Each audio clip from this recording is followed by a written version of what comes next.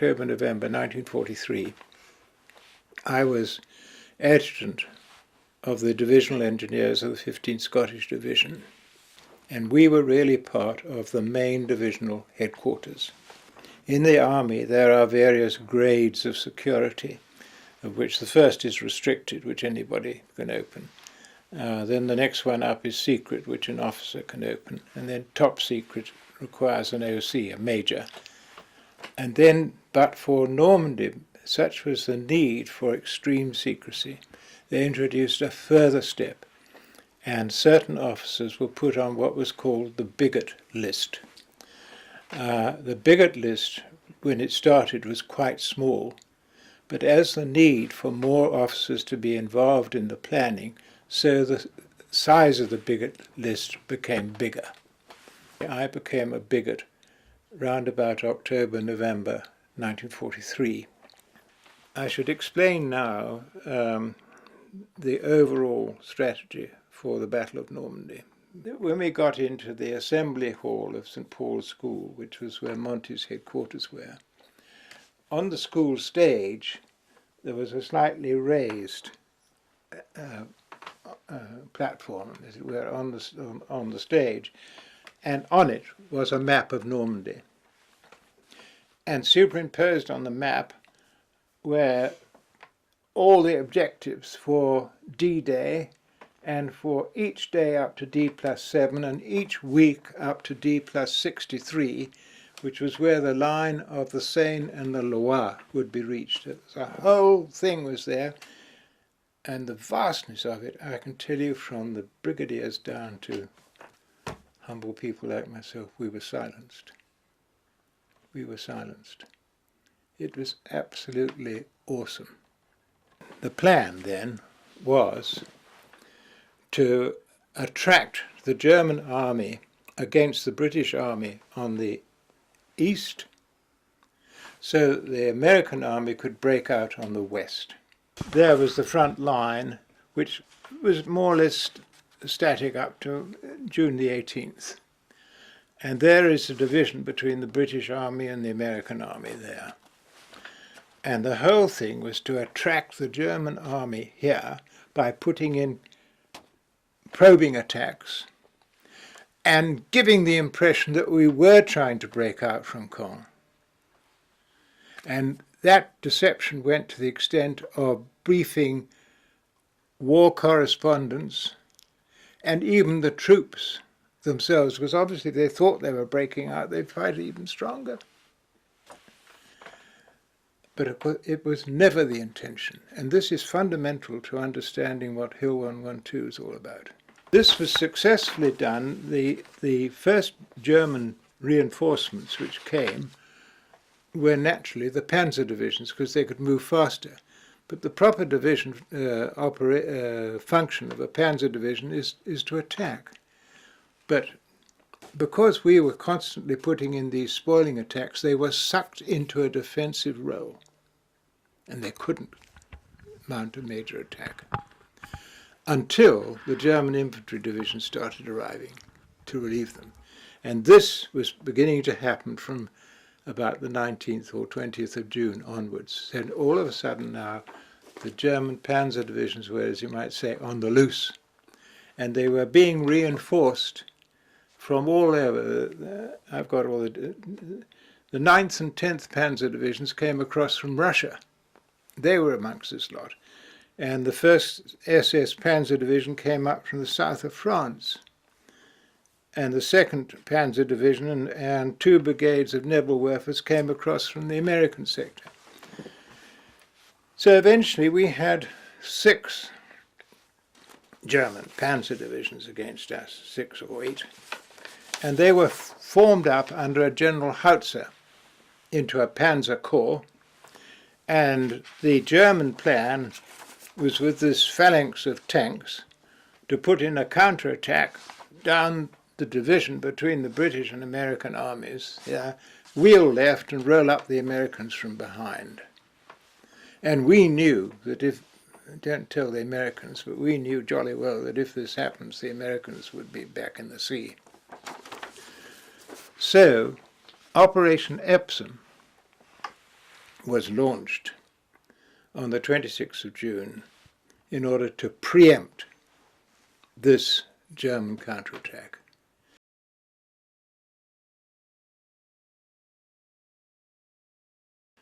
So we did this attack on the 26th of June.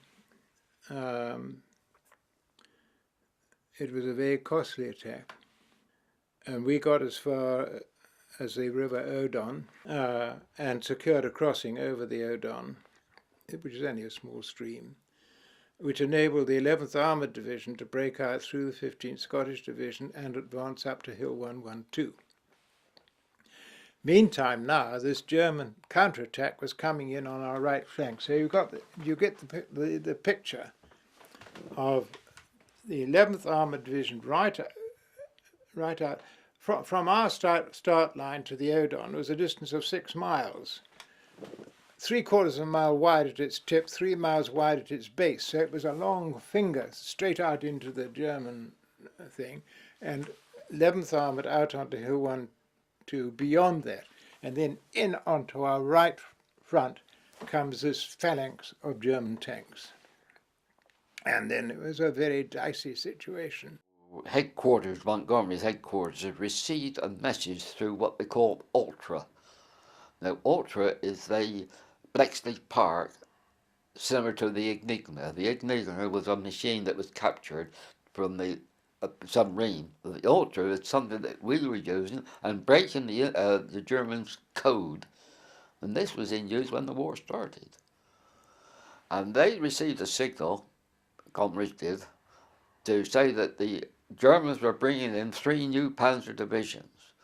Now, if I go back to that, it'll give you a better idea. What we were doing, we were holding 7 Panzer divisions, the British Army were.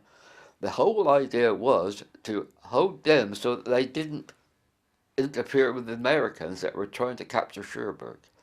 Cherbourg, they had 1.5 divisions of Panzers in front of them, and they were so capture Cherbourg. It was so important to get Cherbourg, so that all their materials could come in from America straight to a port rather than come to England and then straight to, back and reloaded back into Normandy.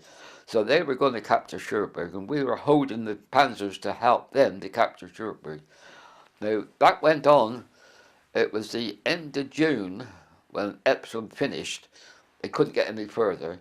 Jerry brought in 3 new Panzer divisions, and Montgomery heard about it and pulled the infantry back because they were only out there in a very light force. I couldn't have held them.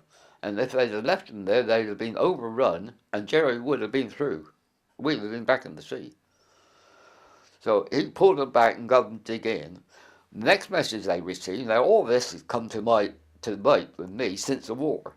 The next message they received was that the commanders in the field had told Hitler, or their command, that they couldn't make the attack on the hill on the 26th of June because they'd been held up by the resistant workers coming up from France, and all the railways were being damaged, and also that a lot of the tanks had to go by road and they could only move at night, so it held them up. But when they got to action, as they were supposed to be on the 26th, they weren't completed with all their materials, so they had to put it off. Well, Montgomery then turned around and sent the 15th Scottish up again, and Jerry thought they were reinforcing, whereas they weren't. They were only bringing them back again.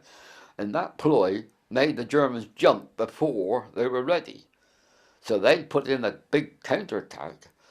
The Scottish pulled back, and they'd already dug in behind the Odon in their position, and then there was an area called the Scottish Corridor, or Death Valley, and Jerry got through there.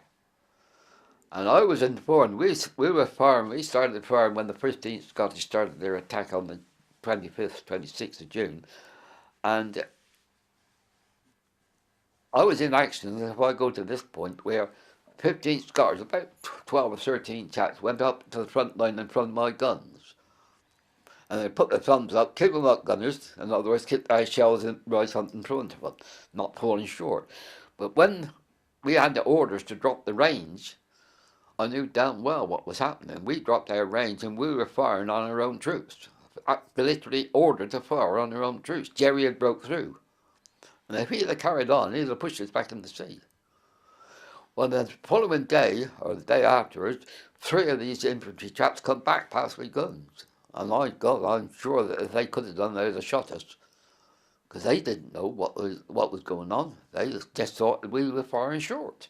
Well, we were, but we were ordered to. So we were coming around then. Now, in the middle of this battle, with German tanks swanning all around in the 15th Scottish Division area, within this salient we'd created, a conference was called at divisional headquarters, and my colonel was summoned to go to it, but he was away in his jeep further forward, and I couldn't raise him on the air, and so I had to go in his place as a captain. And at this divisional conference, which was held in a tent, the Corps commander presided, General Sir Richard O'Connor, Commander 8th Corps. Our own general was there, General Gordon Macmillan. The commander of 43rd Division, General Thomas, who's coming into the picture now. The commander of the Guards Armoured of the 11th Armoured Division, Pip Roberts. The brigade commander of the tank brigade who were with us, the commander of the Corps Artillery, Brigadier Hammer, and I think there was another general there, and our own Brigadier Royal Artillery, and Captain Begbie, sitting very self-consciously at the back, down the table. And I saw for the first time what probably nobody of my age can remember, and that was to be present when senior commanders were under intense pressure to sort out a very dangerous situation. And so the atmosphere at that conference was absolutely electric. I came over with my engineer command net on the head from our place. And so news as to how the battle was progressing was available to us as we sat round the table. And every time they made a plan to drive these Germans out, it became useless because the situation had changed. It required something else. And I remember such was the tension that at one stage General Macmillan, our divisional commander, lost control of himself and said, "For God's sake, make a plan which will stick. We're losing the finest division in Normandy while this is going on." And then he shut up. But I've just told you that, not out of disrespect, but try to convey the huge tension under which senior commanders are in such a situation. Sorted out, and the decision was made at that conference to bring 11th Armoured Division back from Hill 112, back within the divisional salient. In other words, our side of the Odon. Now, General Dempsey, commander of 2nd Army, has said since the war that that was the worst decision he made. You get on to the Hill 112 when 43rd Division went forward to take Hill 112. And of course it was given out that this was preparatory to getting a crossing over the Orne and eventually eliminate Poppycock. There was never ever intention to break out from Caen. Let that be clearly understood. Right from England, when we're back in England, the plan was always to keep the Germans against us, to let the Americans get out on the right. And I would like to say that this was the most self-sacrificing battle that any army of any nation in the whole of military history has ever fought.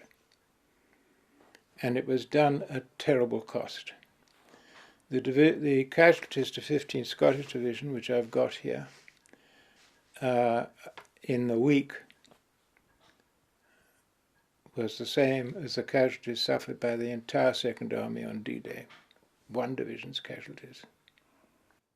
The first battle that the 5th Battalion Duke of Cornwalls were involved in was for the Battle of the village of Cheaux, Cheaux, village of the Battle of Cheaux. And they'd given me the job of being company runner. So I was held back until they got into position.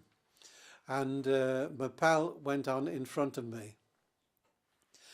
And when they got into the village, the company headquarters were in an orchard and the back of some farm buildings. And when I got there, they said, chuck that bike away. There's been some Panther tanks have attacked, and there's some fellas in a copse about 200 yards down the road, and they've all been killed. And get some fellas, find some fellas, and go and prepare them for burial. So I was given 2 other fellas to go and get these, make these fellas take the personal possessions off them, and put them in bags to go send them back to their parents, and put them in bags ready for burial. Well, when I got to, it was a copse of about half a dozen trees, I suppose, and the panther had come round the copse and blasted them, so they were all scattered, and there were 6 of them, and they were just lying. You wouldn't know that they'd been injured. They were just dead. There was no wounds at all. They were just lifeless. And that's how we found them. And when I got there, my pal was one of the dead. So then I was a bit lost.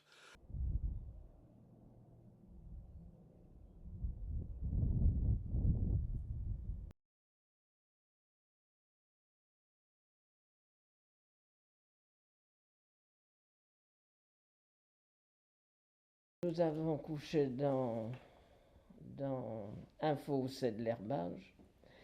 Il avait mis des bourrées, des fagots aussi. Oui. On appelait ça des bourrées, des fagots dessus. Et on a passé la nuit là et ça canonnait. Et le matin, quand le jour est arrivé, il y avait des pommiers dans cet herbage-là. Il y avait un char sous chaque pommier près d'où nous étions. Ah oui. Les chars pouvaient aussi bien passer sur le fossé. That was the end of June when the Epsom was wound up. And that was a law then. It was in the Canadians, we come to the Canadians now, they were in an attacking a place called Carpiquet Airfield. I was instructed, what date was it? It'd be about the 5th of June, July, I mean, something like that. And I had to take 8 chaps forward and dig gun pits at the position just outside of Carpiquet Airfield. I can always remember seeing the airdrome over on the horizon. I always remember seeing that. Even before, normally our ammunition that was brought up by our own wagons, picking it up from different points and bringing it into our guns. Well, this particular occasion, we had the RASC, Service Corps, bringing it up in their wagons, lorry loads of it, and dumping it behind their guns, piles and piles of ammunition. And so we knew there was something on. Then we had an order to go down to the command post, and there was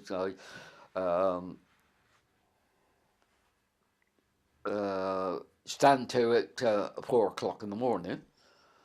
Barriers will start at 4:30, and the infantry will start their advance at 5 o'clock that morning. We were farmed out to infantry regiments to perform an anti-tank defence, which was primarily the task of an anti-tank regiment, a defensive weapon in all things. After that, we had orders, and the battery commander, Major Nightingale, asked me to, or told me to take him in my jeep to an orders group of the 9th Royal Tank Regiment, which was an infantry tank. I was rather surprised at this because in a defensive role we usually follow the infantry in and put up an anti-tank defence because they would be immediately counter-attacked by the Germans. But this one, with an infantry tank, had my brain going round.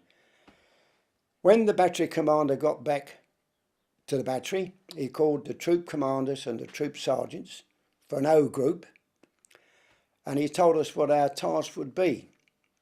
This took me completely by surprise, because we were now going to be used as a tank. For 3 years, we'd been trained as an anti-tank weapon, which was a defensive weapon.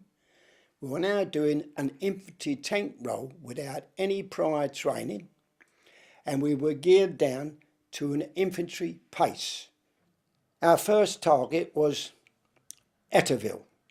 Now, the Germans on Hill 112 had fortified positions, but the outer ring of defences consisted of the Norman villages, Atilllery, Mucklow, Château de Fontaine and Fontaine-Epitor.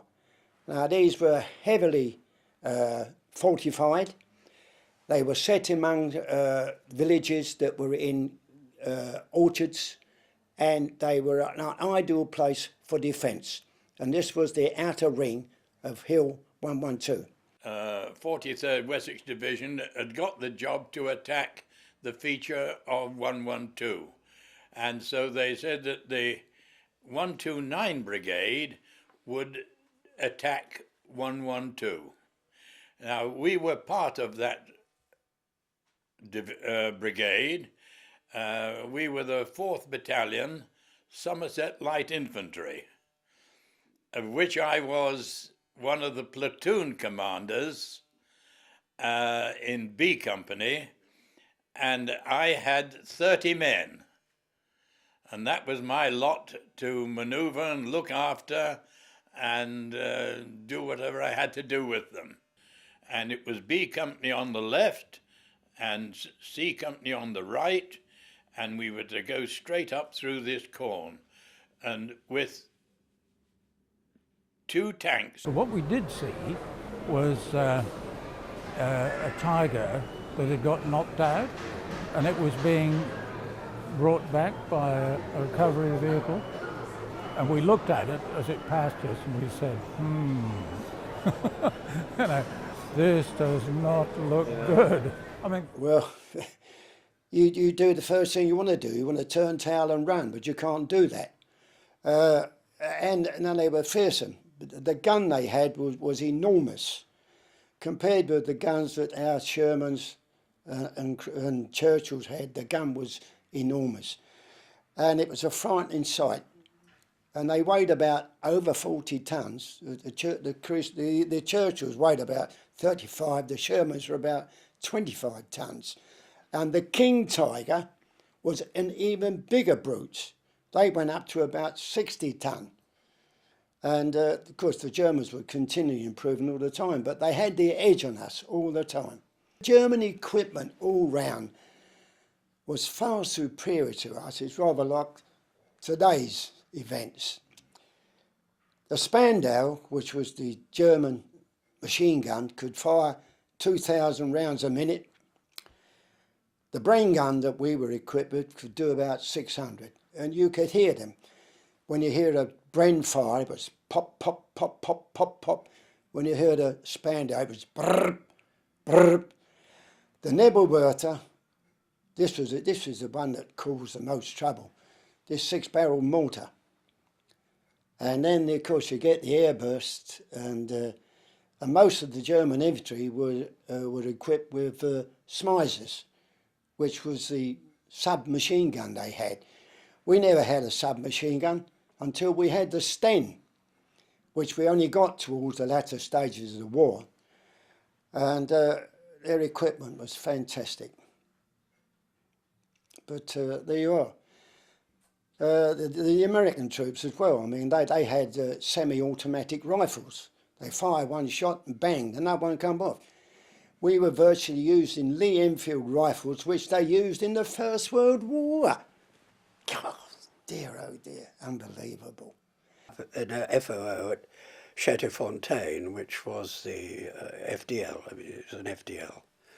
And I was with the infantry there, 7th Hampshires, and we were being stonked by these moaning minis that one keeps talking about, the 6-barrel mortar. They were under trees, and actually it was a tree, and the infantry in the next trench to me were all wounded. And my wireless truck was behind a hedge a field away. And so I jumped up to rush over the field to call up stretcher bearers for these chaps. And the moaning minis followed me all the way. And there must have been 40 of them land in the field, I was in, and I didn't get touched. But unfortunately, my signaller did. He was wounded, and I had a Don R coming to me, and he was killed. So, you know, only 1 out of 3 of us survived that lot. Hill 112 is so named because it's 112 metres above sea level, and I have heard it said that people think it's the 112th hill in Normandy. And if those who go there for the first time say, "Where's the hill?" because it is really a plateau with sides rising up north, south, east and west. The attack started with a very, very heavy artillery support at about 5:30 in the morning. As far as I was concerned, the commanding support company, which was the anti-tank, pioneer, carrier and mortar platoons, my job was to form up the battalion on the start line, which was just on the edge of the road between Fontenay-Toupefort and Baron, and to get the reserve tank squadron in position. And the job was made more difficult by the fact that they didn't turn up. I don't know what happened to them. We were actually shelled on the forming up on the start line by our own heavies, unfortunately, and did have some casualties. The infantry would advance to a certain point, and then it would stop. Our guns would fire in front of, perhaps we'll say 100 yards in front of them. Perhaps a bit more, anyway, we'd fire in front of them. And we would keep firing on that point until they reached their point, and we would stop and move forward as range would increase. They would then go forward and take back positions that we'd shelled heavily, and we were firing on the next position, and this is like a rolling barrage. And move forward, infantry move forward, we would stop, and then the infantry would go forward again, and this is how it would go as a rolling barrage. And you know, some of the shells fell short, you couldn't help it. You can't, you know, with the amount of ammunition being produced in them days, you're bound to get a 40 shell, 40 charge. And unfortunately, it happened on many occasions. Well, we were briefed the night before the attack on Hill 112. We were to work with the Hampshires, of course, as usual. They were to be the 3rd battalion to move off. The Dorsets were the 4th and 5th Dorsets. They were to take Etterville and Chateau Le Fontaine. But we opened up a huge barrage of the whole of the Corps artillery at about 4:45, and everything was absolutely plastered. Mortars, shells, everything you could throw at them was thrown down there, and you wouldn't think anyone would get up after it. Our 25-pounders were absolutely fantastic. The Germans thought we had a machine gun firing shells.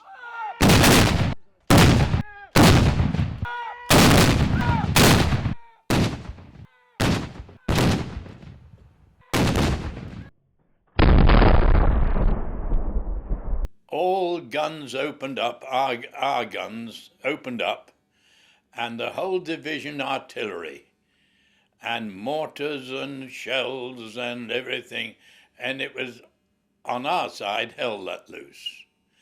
And the moment we started over the start line, then the Germans started to mortar.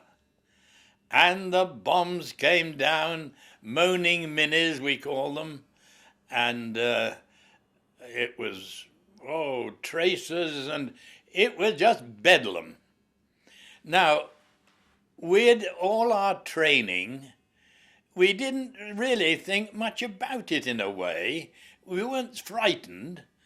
Yes, but it was the same sort of atmosphere as we trained in England, so that it wasn't too bad for us, except and then every now and again there'd be a casualty, and you would hear somebody shouting out, "Stretcher bearers!" to get them up to see get these wounded out the way. And at any rate, we went up through this corn. And strangely enough, it was exactly the same way that I went on a patrol. But that was that. And we got up to where this trench was that I'd seen a couple of nights before, and it was manned with Germans. And they started to throw grenades at us, and our fellows dispensed with them anyway. So there we were. But by this time, the battalion had got so weak that we couldn't do this, what we call the second phase, which was going on right on to 112, which was 200 or 300 yards in front of us. So we had to stop, and we dug in our trenches, and one can hardly realize it, how much it was one continual noise. But I don't think that we were absolutely frightened to death, because you see, we were having to do something, and it was in our minds that we had to achieve a certain position. And so that there was no sort of feeling, oh dear, I am scared. You weren't. On 112 was, I suppose, a little over half a mile away. The ground on the right-hand side was largely grass. On the left-hand side, it was corn, and I can never remember, it was either wheat or oats, and the corn in those days seemed to be higher than it is now. It came up more or less to one's waist. We moved off with two companies up, two rifle companies up, two back. The attack went forward in sort of fits and starts, because we were under fire, certain amount of small arms fire, and the centre line of our, the left boundary of our right-hand company was the old Roman road, and I was moving up just on the left-hand side of that. I had a little party with me, my batman, a runner, the platoon sergeant, and two pioneers, the pioneer sergeant and two pioneers. And actually, by the time we eventually came to a halt, we were reduced. The pioneer sergeant had been killed, my runner had been wounded, and one of the pioneers had been wounded. So we were 50% casualties, which was slightly better than average. As we moved up, one kept seeing in the corn rifles stuck into the ground, because we all had rifles with fixed bayonets, and if anybody went down, whether he was killed or wounded, his rifle was normally stuck in the ground, and possibly his steel helmet put on top of it. In fact, the chap I eventually took over from, Edward Trockman, who was commanding A Company, he was wounded in the arm and the side, and he went down, and his batman was looking after him, and a tank or carrier, he wasn't quite sure which, coming up behind, would have gone straight over him, and luckily his batman just pulled him to one side. And a little interesting little note on that he was one of the bullets ricocheted off a silver flask that he had in his breast pocket, and it was full of whisky. And he told me after his one worry was that when they took him back to the regimental aid post, he was absolutely stinking of whisky, and that the MO and others might think that he'd got himself well and truly tight before the attack, which he hadn't. Machine gunnery is an art. A machine gun fires a cone of fire. A cone similar, and you have a series of taps. 1, 2, the gun goes that way. 2, 2, back again there, and then you go that way. So your 4 guns, these cones of fire overlap each other as the guns are firing. Now, when those cones of fire, if you're firing at 1,400 yards or 2,000 yards, that comes a carpet of fire. There's not very many people live in that carpet of fire. So on the 10th, at the early morning of the 10th, we moved up into the machine gun positions to take some shoots out towards Carpacay, which we did. And after the shoot, we got really stoned by these Moaning Mini mortars, and we really did get slammed. Well, the first lot that came over we got away with, but the second lot that came over, no, we didn't get away with that. We'd scraped some shallow trenches.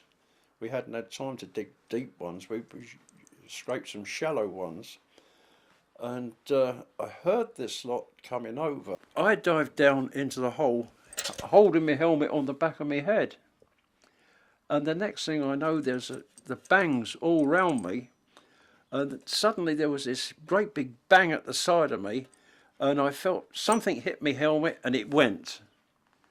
It just flew off my head. When I did retrieve it, of course, I found this, but if my fingers had been there at that time, that would have been goodbye. But I was holding it this way, and away it went. I felt my legs go, and I left the ground and came back down again, and it fell in on me. And then it was silence. Well, we had a spread barrage first, that's guns firing all round. And the creeping barrage is a line of guns, and the shells dropping so far. And you're so many yards behind the creeping barrage. So if you got too close, you got hit by your own shells. And then we followed that in, but it didn't get rid of the Germans as they thought it would, because they came out behind us from somewhere else. And we were stuck between Germans in front and the Germans behind us. We was in the middle in a big field. And they started mortar bombing us. And I got wounded, a lot of the chaps got killed, and I got shrapnel in the stomach from a mortar bomb, and then I lay down holding my stomach in, and the Germans, it was from behind me, came along and shot me again. They could see I was wounded, but they shot me, it went in my knee and in my hand. And then I just lay there until the Partridge came along and found me. And then he went back and got a stretcher and took me back. And that was it. The first tank that got the hit in the turret, well, don't forget, we were spaced apart. To form a defence, you're spaced apart within 100 yards or so, spread out as far as you could go. So we never saw what happened, but we realised that we were one short. We had four M10s in the troop, okay? But I'm talking about some of the crew members of the other M10s that were with us, and they were telling me that the thing was hit, and just a sheet of flame went up, and that finished that one off. The crew, well, the tank commander, sergeant, he was killed. The gun layer and the loader, they were both killed. The driver and the wireless operator, which was situated slightly below the gun platform, were badly burned, but managed to get out and get back to the RAP. I say we moved off up this parallel with this road, and eventually the battalion job had been for the leading companies to get to Hill 112 itself, which is about 300 yards beyond, south of the main road, establish themselves there.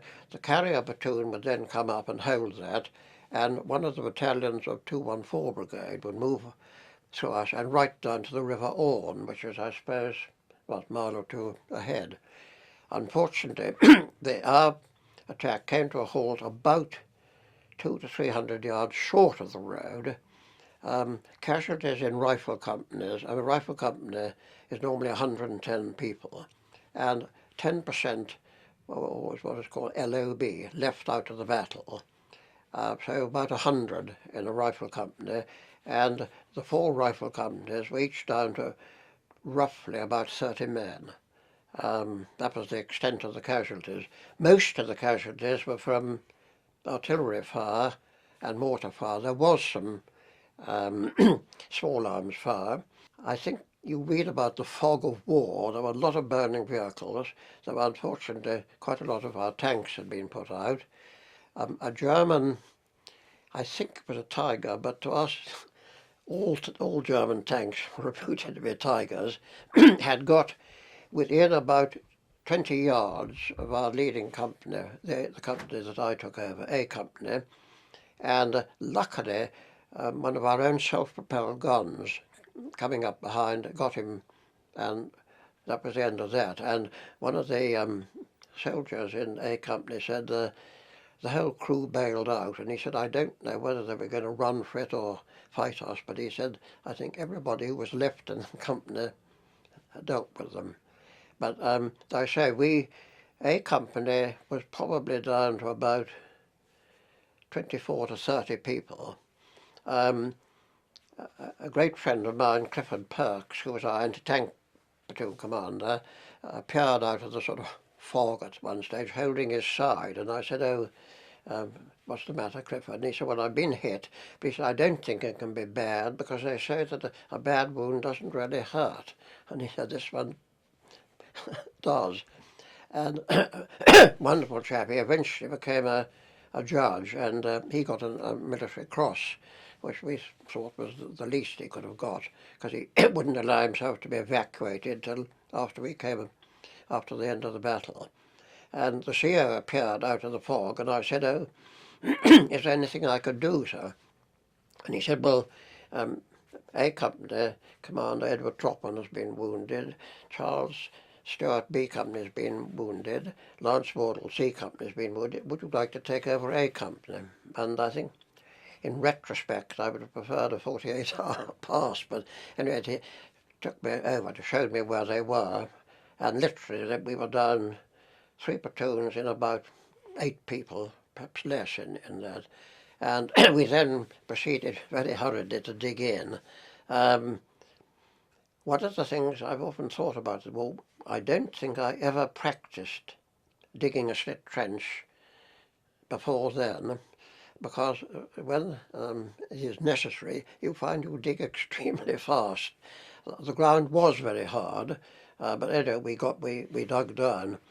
The other companies on our left, the other 2 forward companies, and the 2 behind us, much the same strength, and we dug in that day. The great problem for us was the Nebelwerfers, the moaning minis that came over. Most of the actual enemy that were on the ground were dealt with by the leading companies in the tanks, so that we didn't come across any opposition from snipers or men in the corn, as our leading troops did. But I did have one section which was comprised of 11 men, because they had the pier attached to them. That's a big section. They went down in the corn when the morning minis came over, and only one man got up, because with horror I watched the bombs falling amongst them, and that was very sad, but casualties were very heavy on 112. We advanced up the hill behind the tanks, moving, stopping, digging in, getting up, moving forward. Not getting any casualties at that time. And then, as we approached the top of the hill, B Company, which is in front of us, had suffered so many casualties that they were too weak to continue, so we had to pass through them and continue the advance. So we actually got to the top of the first rise, where there's a bit of a plateau, and over the top, and the lieutenant commanding the platoon and I were moving forward, thinking that the platoon, the remnants of the platoon at any rate, were following us, which they weren't. They got lost or left behind in the corn. And we came in sight of the hedge, which was, and probably still is, just the other side of the road, going down to Lakey. And Lieutenant Riley said, would I throw a grenade, a smoke grenade, so that he could advance to the cover of the hedge, which was in front of us on the other side of the road, about 50 to 100 yards away. And so I threw the grenade, and before the smoke had thoroughly thickened up, rather too quickly, he jumped up and was immediately shot by a sniper and died there and then. So not a lot I could do on my own, so I crawled back and found the remnants of my platoon. When I got back, there were I found about 3 or 4. I actually made a cup of tea in my mug with a meth tablet and a sugar, milk and tea tablet, and we passed that around. But stragglers came, and we finished up with 14 out of my original numbers, which wasn't bad compared with the numbers that were lost by other platoons.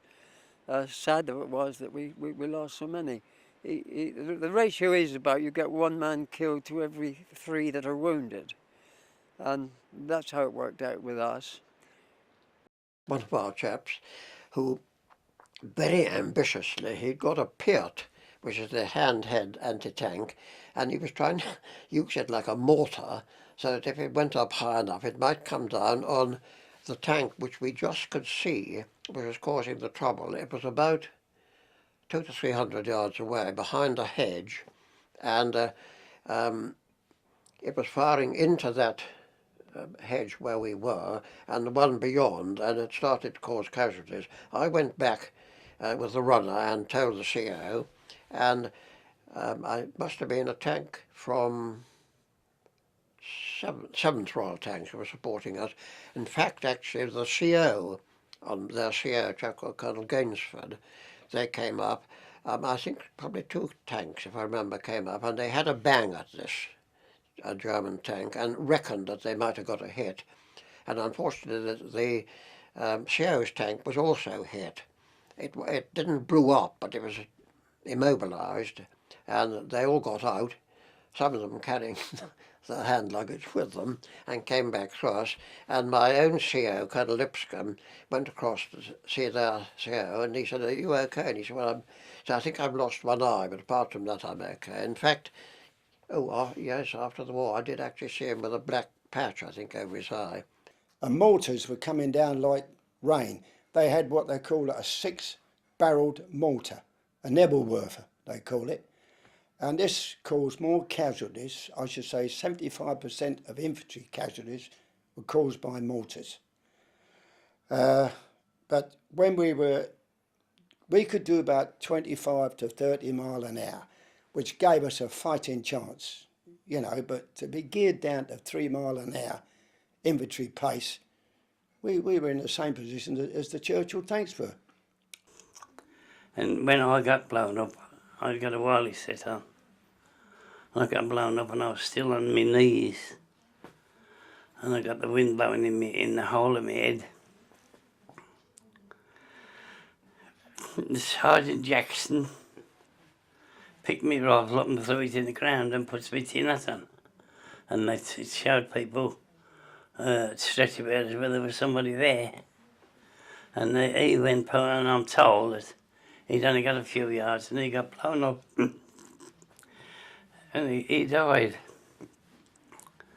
But it was the worst thing in the world. There was so many died and you didn't even know what he was doing. It was so...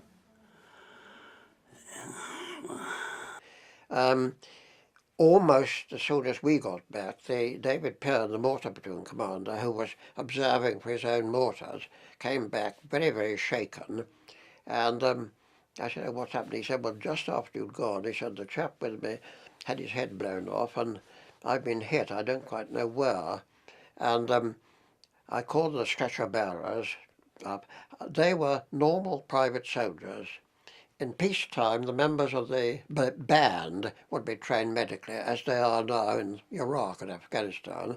And I think they were wonderful chaps, because whenever shells came down and the dust had sort of gone, and then you very often hear a plaintive little cry of stretcher bearer, they got up out of their trenches and they came up and dealt with the casualties. Anyway, I called for R2, who luckily was still, they'd survived it all. They came up. David Pearn, this must have been fairly early in the morning, he had his greatcoat on, and there was a hole in the back and a hole in the sleeve, and the stretcher bearers always had a very big pair of scissors hanging on a cord to cut away clothing, and they started to cut his, and he said, "Oh," he said, "that's a new greatcoat." He said, "Don't cut," he said, "my wife will be furious." And years later, I told her that, and she'd never heard it. He must have had it invisibly mended. And anyway, we cut off his clothing, and he'd got only a flap of flesh hanging out of his back, and virtually no blood, extraordinary thing, and a hole through his arm, and the chap said, "We better put it in the sling, because he may have broken it." And then I think he actually managed to walk back to the regimental aid post. Well, I say, these stretcher bearers, you had 2 per company, and they either used stretchers, and I know when we came back from this abortive digging in, the one platoon commander I'd got left had been wounded in the leg, and 4 of us carried him back on a stretcher, and a chap with a full equipment and his rifle and everything, halfway a hell of, he must have been quite a big chap too. Amazing how heavy somebody is. But I always took my hat off to them, because some of them volunteered. Well, I think they all were volunteers, because they weren't necessarily those days bandsmen. And one of our stretcher bearers in Death Valley got a military medal from attending a wounded chap, and a stonk of shells came down, and he'd lay on the chap to protect him. And he was a fellow, when we were up on 112, he was always there in the thick of it. This, I think, the company on our left, B Company. We were the first to advance, B Squadron. We took the Chateau de Fontaine, and then C Squadron went towards the east and took a little place called Atilllery, and then C Squadron at Atilllery, and we were here, Hill 112 up here, and Malta down there, and C Squadron came through and went towards Malta, and we were standing on this ridge here, and I was on the right-hand side of the squadron, and we were looking down, not down exactly, but to see what was happening. And I remember afterwards, one of my, I think the sergeant's driver said to him, and the sergeant was a Welshman, Tuffy Jones, a good chap. And Ronnie, the driver, said to him, he said, "What's going on there, Taff?" And Taff said, "We're fine, boyo, don't you worry." And then 5 minutes later, I was in my tank looking forward, and I could see out of the corner of my eye this sudden burst of flame, and both of the tanks were on fire. And so you couldn't see anything. And so we turned to in the direction of which the shots had come, and we were going to back out and put down smoke and back out. And my gunner, Norman, he was a brave little chap, and he said, as we turned round and we could see what had happened, he said, "Where are they? Let's get at them." And I said, "Mate, come on, let's get out of here." And so that's what we did. Our first tank went into Atilllery and had to shoot up machine gun nests, houses, which is more or less the job of a tank. They took Atilllery, but snipers were abounding in Atilllery all over the place, and they were fanatical. We were up against the 12th Jugend, which was a youth division from 18, 19 and 20s. And they were fanatical. They wanted to die for the Führer, and a lot of them did. Anyway, we took the place and we sent up an anti-tank defence. Our first tank had a mortar drop straight through the open turret, killing the commander, the gunner and the loader. The driver and the wireless operator in front, which was seated just below the gun platform, were badly burnt, but managed to get out of the tank and get back to the regimental A post. We were in a field of rape, and I could see through my periscope at the top, one or two tanks catching fire, and I thought, oh golly, this is going to be a bit difficult. Well, then there was this bang, and this 88, I found out after, it was an 88 tank, anti-tank gun, had penetrated the tank, and it just shook to a standstill. It was short, just below the turret where it was facing forward, and the hole was about the size of a saucer, roughly. And immediately it was very dry heat, very hot inside, and the nearest I can explain it was, and when I tried it some years later, it was like being in a sauna, a very dry heat. Well, I put my hands up in front of my eyes, which thank God I did. I had a glove, a gauntlet glove on this hand. I'd taken it off of this hand, so this is why it got burnt, obviously. And of course my face got burnt.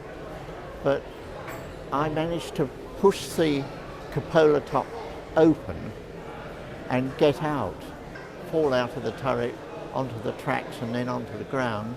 But because of damage to the other cupola, the tank commander and the gunner who sat below him couldn't get out, and they were trapped and they were burnt to death, as was the driver and co-driver. And I just laid there, and all the ammunition started blowing up, and the screams of the dying. So I've nothing to complain of. I survived. Then, of course, the trouble started. We'd already experienced what could happen earlier, and C Squadron started getting a packet. So we went through, and, you know, as luck has it, we started off about, I think it was, well, 3:30 in the afternoon to take over the advance. And we were on the objective by 10 or 11 o'clock at night, because it was very light at night. And we had suffered casualties, but we were far better off than the others. But, well, the whole squadron went, I think, with C Squadron. And B Squadron suffered. But we were there, and we like to think that we, and the Wessex Division, of course, I'm always talking about the tanks, but we'd have been no use without the Wessex. Likewise, the Wessex would be no use without us. That was about it. We were still stock still because the Dorsets went into the first place and the other battalion of Dorsets went into... They had quite a few casualties. They had mortars and machine guns, and they were quite well established, the Germans in there.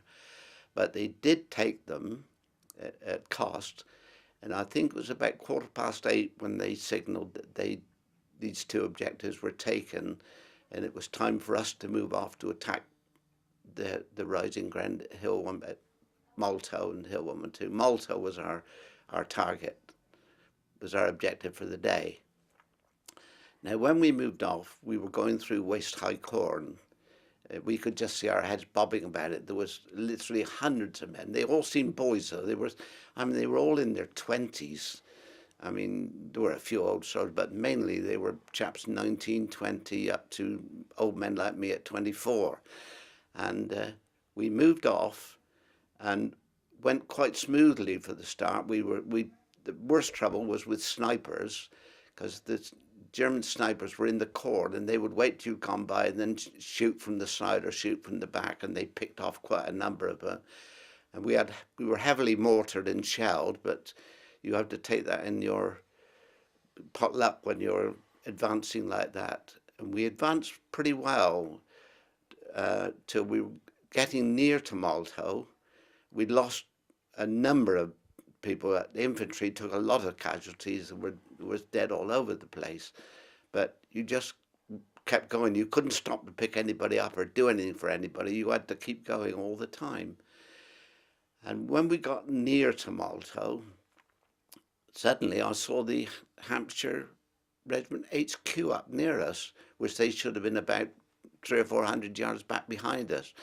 And I think there was utter confusion as to which company was where and what was happening. But we pulled into like orchard ground and open fields, and we were still being machine gunned heavily and mortared and shelled. But our barrage was going on behind, forward of us about 300 or 400 yards, as close as that. Well, we realised that we'd stepped into a trap, because we were being fired on from all sides when these big Tiger tanks were dug in there. So we called for a divisional target, and which included the medium regiment, which was 5.5 shells. Well, when they fired, all the 25-pounders came down in the place we wanted them, but the 5.5s came down in the field behind us. And I yelled into the mic, what fool is in charge of those 5.5s? And the reply came back, it's your brother down the road. It was his unit. But they corrected that, and the barrage went on. It was terrific. The noise, the smoke, and everything going on. But chaps were being killed left, right and centre. The Hampshires, they took an awful pounding. Our crew, I told the signallers to get into the ditch, and I put my carrier on top, and I was behind it. I set up the Bren gun to cover a field of fire, and I had a sergeant signaller that day, a chap named Phil Keynes, and it was the only time he ever came up to the OP. I think we must have had a casualty or something. And he was in the carrier relaying our orders. We would shout to him the targets and the map spottings and one thing and another. And they were firing at us with incendiaries and all sorts. And we carried a ladder on a bracket above our carrier when we put a lot of our kit and that on there. And these incendiaries set this on fire. And this poor chappie was in the carrier, and all this flaming stuff was dropping into the carrier, and we saw the platoon of infantry advancing towards us up the field. So I turned the Bren on them, and they all scattered when I raked them with machine gun fire from the Bren. They took cover. They were behind a hedge, and then they had to come through a gate to get into the next place where we were. And I shouted to Phil Kane, I said, when I stop firing, Phil, jump out and get in the ditch as fast as you can. So when they went to pass the gate, I gave them a good old burst of machine gun fire, and they all dived for cover, and Phil jumped out and got out, and he got out unscathed, and he was all right. Well, after that, this went on for some little while. I used up practically all the ammunition we had on the Bren car. They were filling the magazines in the ditch, and I was firing the gun. And then we realised there was nothing else we could do, and I suddenly heard a huge rumble behind me, and through the hedge about 200 yards away was a Tiger tank with his gun pointing straight at my vehicle. So I went flat on my face because I didn't have time to run, and he fired an armour piercing, and it went right through my truck just above my backside, and it showered all my backside with red hot pieces of shrapnel, and I didn't stop to think at all. I just got up and ran, and I ran into the field next to the carrier, and there were a lot of German dugouts in there. They dug when they were defending the area, and they'd put wooden tops on them and turbs on the top and things like that. But they were big enough to hold 3 or 4 men, and I jumped into one of those, and there was 2 Hampshire chaps in there as well. And we sat there, and we couldn't do anything. We had nothing left. We had no ammunition, no guns, no anything.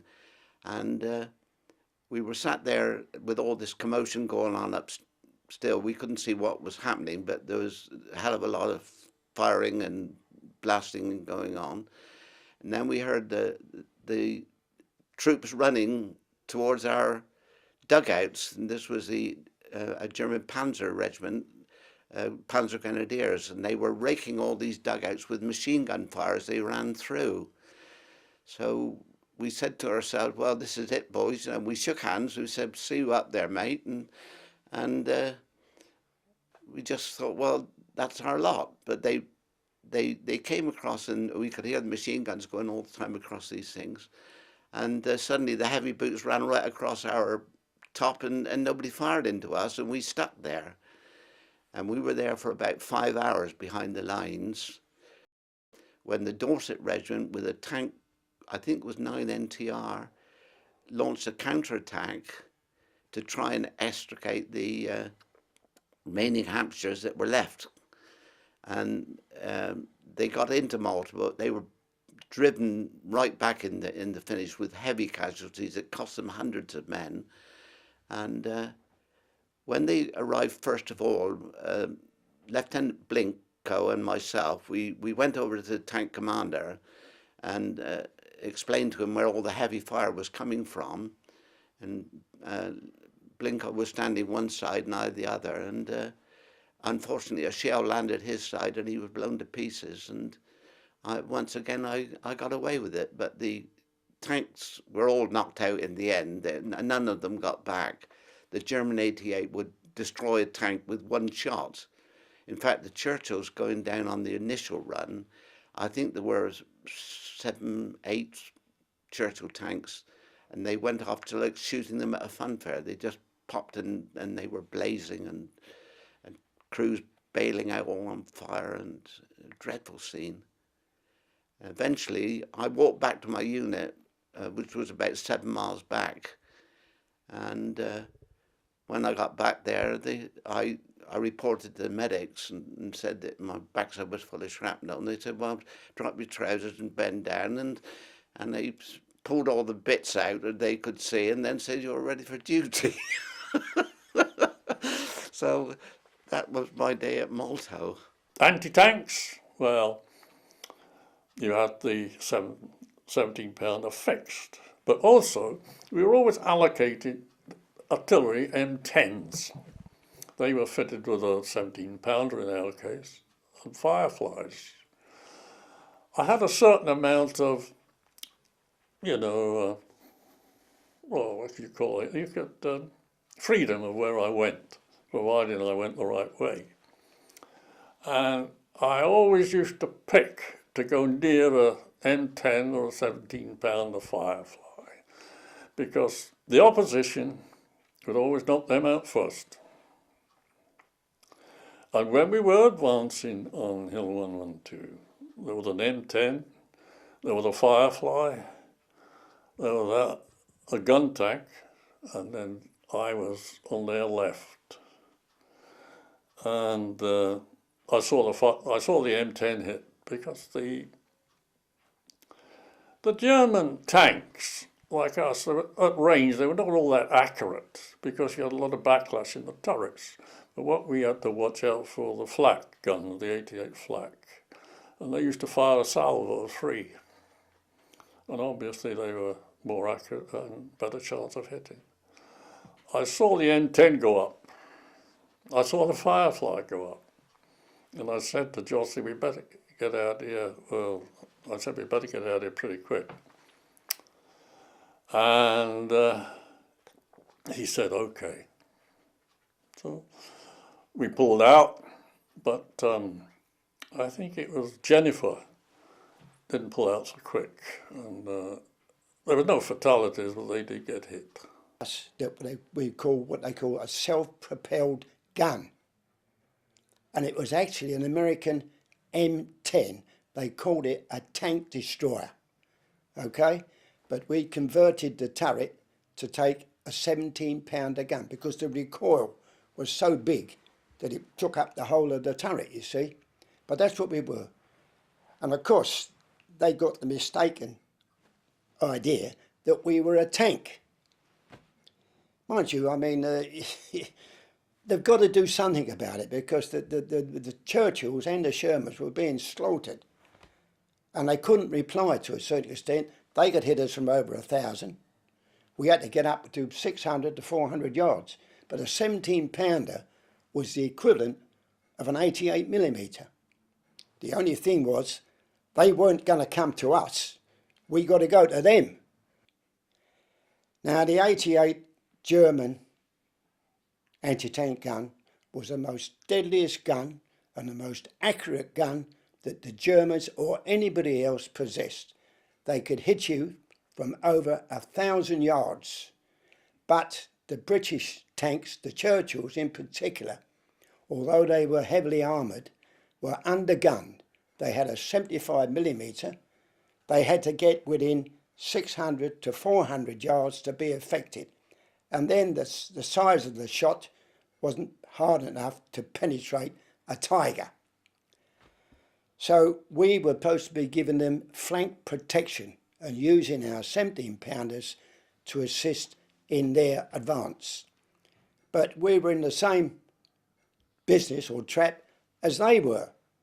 We could be knocked out. The thing was that we were lightly armoured, not that it made any difference because an 88 would go through anything. So it didn't really matter too much to us. But unfortunately, we had a completely open turret, a 5-foot square open turret, mainly for observation purposes. But in the attack, when mortar shells were coming over, artillery, machine gun fire, we had our heads above the turret. The old Churchill was a good tank. If I'd have been in the Sherman, I wouldn't have been talking to you now. It could take some punishment. The only trouble with the Churchill was that it didn't have a big enough gun. If they'd have put a 17-pounder in it, it would have been made. Yeah. But the Shermans, we called them Ronsons, because he used to light first time, bang. And that's true. You got one smack from a 88 or 75 or 76mm, even a 50mm German anti-tank gun would set them afire. Morale was good. Morale was high. Most of the people I was with were all territorials. You know, they signed on, they volunteered for the job. A lot of them hadn't seen any action up to then. And I can honestly say that their morale was high. They weren't scared at all about it, and they just went in and did what they had to do, and that was it. They were very good. There were some rough diamonds there too, you know, really rough diamonds, especially coming from the east end of London. But they were the salt of the earth. They were tough. They could take what was thrown at them, you know, and we had some rough times there, I tell you. And no, I had no trouble at all in saying that they were the best comrades I've ever had. Not like it is now.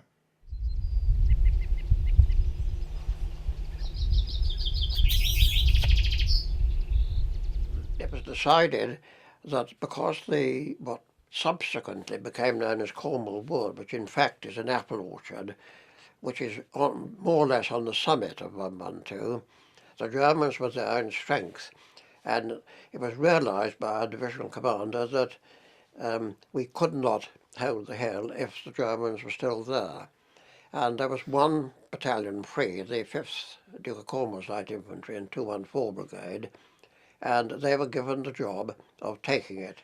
But just about 4 o'clock in the afternoon, we were resting in a little village that we got into behind 112, a little place called Baron, and we were told that it wasn't going all that well at the front, and we, in fact, were the only battalion left in the division that hadn't had a go at this hill.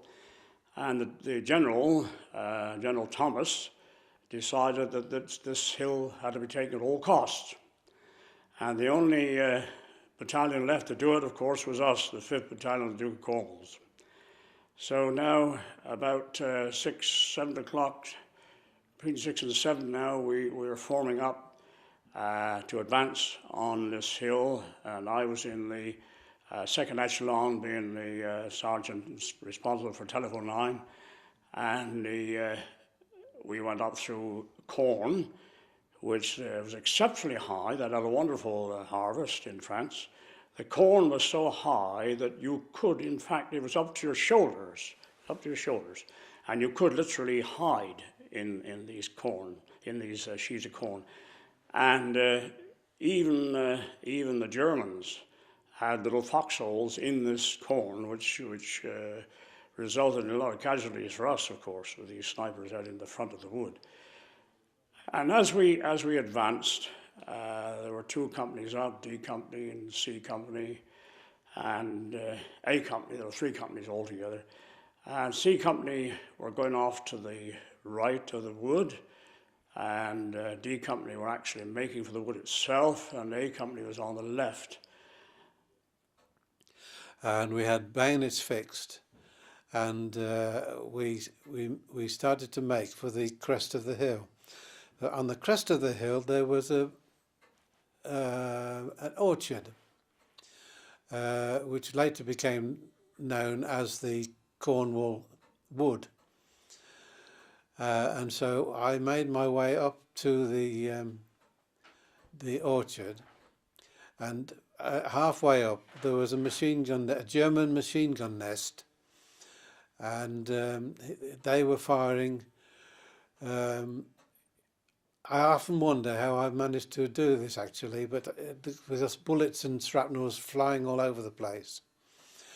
But halfway up, just before we got to the German machine gun nest, an officer on my right said, "Fellas, the German will start throwing grenades, and you know they've got long fuses, twice as long as our grenades, so pick them up and throw them back."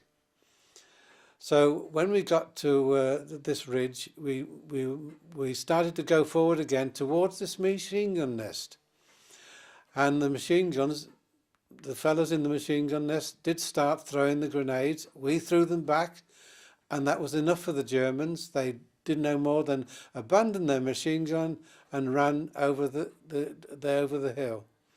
So we went on forward and made to the leading edge of this orchard. When we got there, I suppose there must have been about 10 or 12 of us in this orchard. In the meantime, behind us was dramatic things were happening behind us. The CO had climbed a tree to try and see where the Germans were coming from, and a sniper shot him, and he died. But there was nearly 100 of the Cornwalls lying dead on the battlefield, and a Cockney fellow came up to me. He said, "You know, there's loads of Bren guns out there." I said, "Right, quick, let's go and get them. Get as many Bren guns as you can." And then another fellow came up, and he grabbed the German machine gun out of the machine gun nest and brought that up. And so we lined up, and there must have been 6 or 8 of us, all with machine guns, on the leading edge of this orchard. Well, we lay in wait there, and the next morning the Germans made a counter-attack, and they came up from the farm buildings, the other side of the hill, and they came up in what we call a pepper pot formation. In other words, one lot would come up and drop down, then another lot would overtake them and drop down, but the timing was so accurate that we were able to anticipate when the Germans were going to pop up. And before this, the fellows by the side of me were firing indiscriminately. And I said, look, fellas, you're going to run out of ammunition if you do this. Wait until you see them pop up, then fire. So this is what we did. And every time they popped up, we fired. And I later learned from one of the Germans who survived that they thought that we were a machine gun battalion. But of course what it was, there were 8 of us with machine guns, and it appeared to them as though we were a battalion of machine guns. Now, my job, of course, is to estimate just how much cable I would need if a telephone line became necessary. And it certainly became necessary on this occasion. And I visualised before just about, I think, 8 o'clock in the evening, and these chaps are going in, there's puffs of smoke coming everywhere, there are 1 or 2 tanks on our left and right supporting us, and I could see this copse up ahead, and I did estimate to be about 1,000 yards from where we were back on the road which ran towards Caen behind us. You couldn't tell it was a road when we crossed it because so much mud was about and the tanks had been chewing up the carriers and so on. And as we advanced, of course, we realised that there was a terrible machine gun nest over on the left, which accounted for a good many of the A Company, which were over on the left, and certainly wounded the company commander there, Major Roberts, who was a school teacher from Devon, and in the centre, D Company managed to get up into the wood, and the shell fire started coming over on us. And I remember my immediate reaction. You dive down in the corn, and just for a few minutes, I was literally digging into the earth with my fingernails to try and get some cover. And I don't think I shall ever forget the thought I had at that particular moment when I thought, well, this is madness. There's some guy over the other side of that hill there. He wants to kill me. I don't know who he is. Nothing against him. And I said, I'm this side of it, and I got to do likewise to him. What a mad thing. Well, then, with 3 stripes on your arm, there's no time to stop, and you've got to get up. Otherwise, the chaps will lay there forever. And I continued the advance. Now, we got to within on a hedgerow about 1,000 yards back from the summit, and there was a halt. And as far as we knew, D Company got into the wood, but we didn't know because the wireless wasn't all that clever. One C Company went off to the right and lost itself. Of course, there's a hell of a commotion going on in the wood all the time because the Germans, there was a row of trees running, a little hedge running along the centre of the wood, and they tried to keep pushing us off there. But whilst this was going on now, this tank began to come a bit closer. Now, we're here crouched. Now, it's a strange thing that at that time, signallers were, you see, you've got if you're on the radio, you've got a radio on your back. You've got another chap with his earphones on and his microphone walking behind you. Now, you haven't got much opportunity to carry a 303 rifle. It's too much. So we had nothing, actually. The CO, even on my signal, didn't have his pistol. I don't know why, but he didn't. All we had was telephone gear, pliers and tape and all that, everything like that, but no arms, you see. Now, this tank just moves closer, and one of the crew got out, and he's shouting, "Kamerad, kamerad." So now somebody says, "Shoot him." So I said, "Well, what was it?" Who's got it? Nobody got no arms. So suddenly one chap said, I got a fairy light pistol. He said, well, give me that. Now, a fairy light pistol is what you shoot up to get light, so that it exposes everything, and just for a few minutes, and then it goes out. And somebody said, I got a fairy light pistol. He said, give me that. Well, he shot this poor guy right in the stomach. Now, he's screaming now, and he's burning, you see, and he's turning around just like a casting wheel. Now, my signal officer is here, and I thought, well, I'm damned. The chap, he goes down on the ground, of course. So the signal officer said to the commanding officer, shall I get his paybook, sir? I thought, bloody hell, the man isn't dead yet. He's not dead yet. He wants his paybook. But then afterward, you see, I realised that the object of that was to find out who they were, what regiment was fighting us, you see. And it was quite sensible. But to me, at that particular moment, by God. And all of a sudden, these tanks came down. And we could see them, you see, and the orchard was about 200 yards or so in front of us, and two companies were in there, you see. And all these tanks come down a little sunken lane and started turning in. And we think that they imagined that their own troops were still there.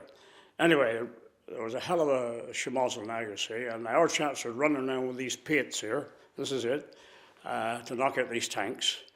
And the signal officer company said, only a little skirmish or something. He said, brew up, and off he went.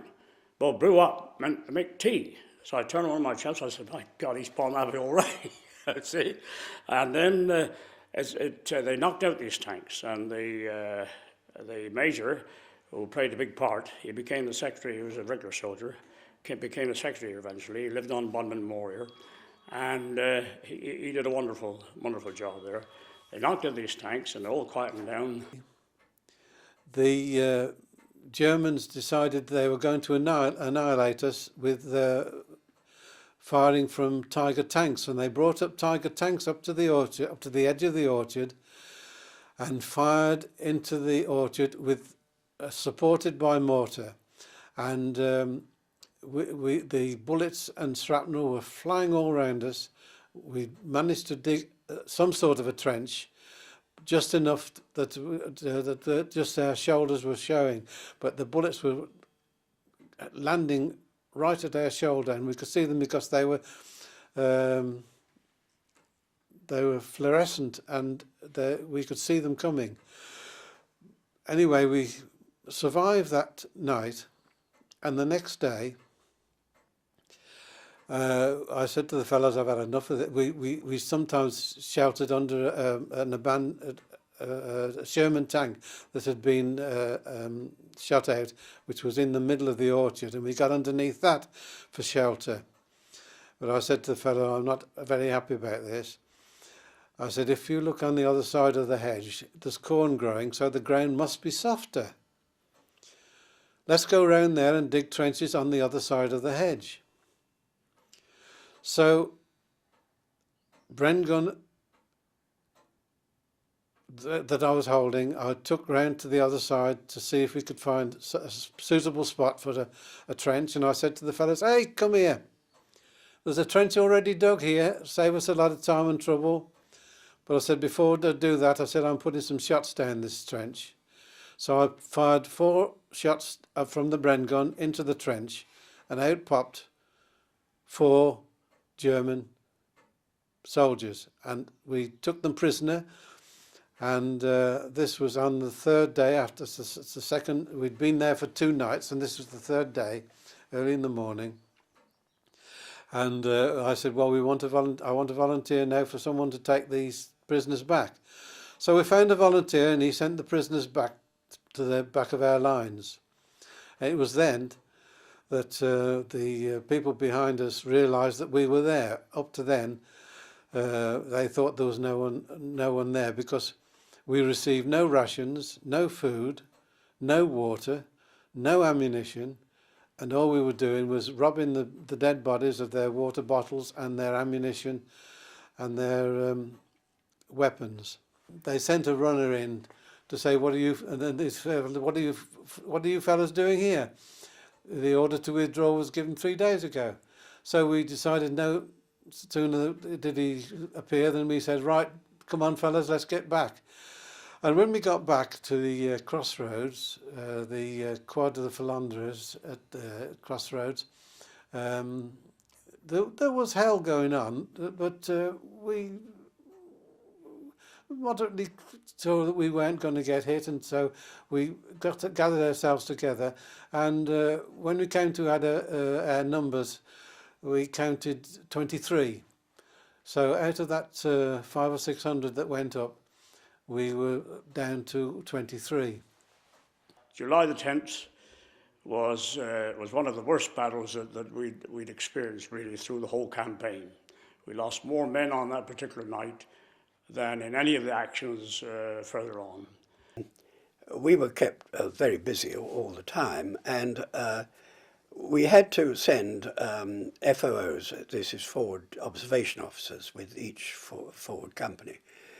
And we actually lost, there are nine FOOs in the during Hill 112, we actually lost 4 killed and 3 wounded. So. We'd had another sad battle before we came off, because the Germans still held the peak, the wood that was there, the orchard that was is now a wood, the orchard that was right on the top, and we had to put in a night attack, and that was very sad because it was pretty hopeless. After a whole battalion had failed to get it, a whole brigade, they sent the company in at a 1 o'clock in the morning attack, and we were spotted, and we came under very heavy fire, and we suffered casualties, and we didn't succeed. That indeed neither did the 5th Wilts, which had tried to, the 5th DCLI, which had tried to take it before us. Yes, with the Mountain Minis, they were 6-barreled, and we'd hear the first one, and then we'd dive for our trenches, and we'd count until the sixth of the shells had landed, and then we knew it was safe to come out of the trench again. But yeah, they were evil sort of weapon, but as long as we kept our wits about us and dived in the trench as soon as we heard them, and waited until the 6th one had gone, that we were able to avoid them. We always had to be with the leading troops, and when they were dug in, we would often establish an OP way ahead of them. We would go out a few hundred yards or half a mile out into no man's land, pick a high point, and sit there before it was light and stay there all day till it was dark, picking out targets and relaying them back. That was our main job. Used one gun and fired on the target, and then corrected it. And when we got that right, the command post from that one setting on their guns knew how much to calibrate their guns, because each gun on a site is calibrated differently because they're all at different angles, and they were all calibrated by the command post, and it depended on our first registering the target with one gun in our map reading whether it was successful or not. A 25-pounder shell, but it was used for 2 operations. You had one called 117 and a 119, and that was the numbers of the fuses. There were 117, you had a cap on top of the shell, a little steel cap, and you unscrew. And then you had the detonator exposed. So as soon as that hit the ground, or it's anything, a tree or wood or anything, it would explode. You leave the cap on, and that would have to, then that would hit, could be a pillbox, could be a tank, anything, and it would give you a slight penetration. Not a lot, but a slight penetration. So there's like a time shell, but I mean very, very little, because the cap is a steel one, and it wouldn't take long to do this kind of game. That's correct.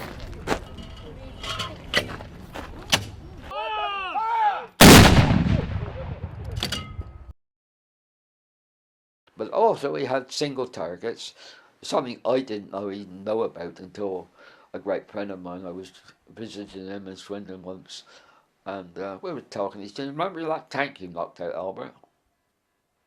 No, I never knocked the tank out. I said, "I've never seen a tank." "No, you didn't see it properly." He said, "You did." I said, "I don't know." "Yeah, it was a Tiger." "Oh, well, where the hell was this?" Oh, he said Carter was my troop commander who got killed. He had his head blown off, and